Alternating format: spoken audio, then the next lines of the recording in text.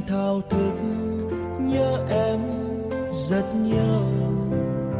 Dù chưa gặp em một lần nhưng biết sẽ bên em trọn đời. Anh luôn mong một ngày được gặp em. Hãy ngủ ngoan đi nhé, vợ yêu tương lai của anh. Chìm vào giấc mộng say, quên đi hết những muộn phiền. Chẳng tại vì duyên số cho đôi ta chưa thể gặp nhau. Người hãy chờ anh nhé, anh sẽ đến bên em ngay thôi.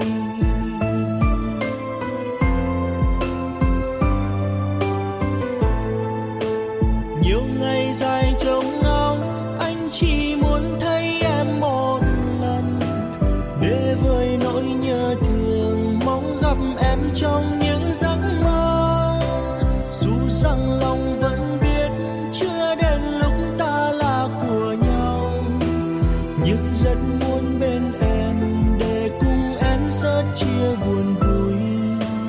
Lòng chẳng hề lo lắng em nơi đó đã yêu ai chưa.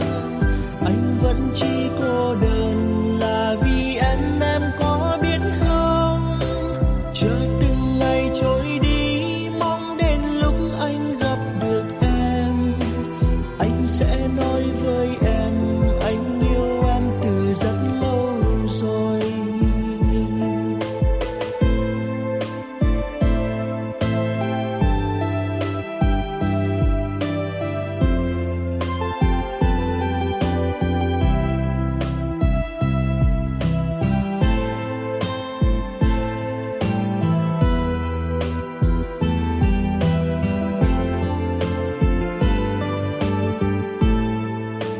Hãy ngủ ngoan đi nhé, vợ yêu tương lai của anh.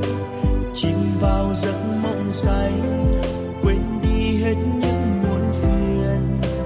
Chẳng tại vì duyên số cho đôi ta chưa thể gặp nhau.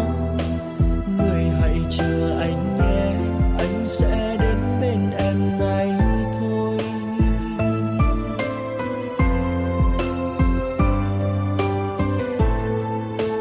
Nhiều ngày dài trông ngóng, anh chỉ muốn thấy em một lần, để vơi nỗi nhớ thương mong gặp em trong những giấc mơ.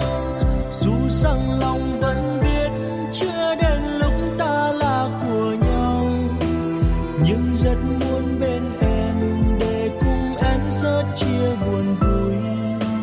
Lòng chẳng hề lo lắng em nơi đó đã yêu ai chưa. Anh vẫn chỉ cô đơn là vì em có biết không? Chờ từng ngày trôi đi, mong đến lúc anh gặp được em.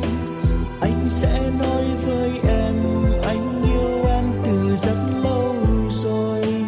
Nhiều ngày dài trông ngóng, anh chỉ muốn thấy em một lần, để vơi nỗi nhớ thương gặp em trong giấc mơ.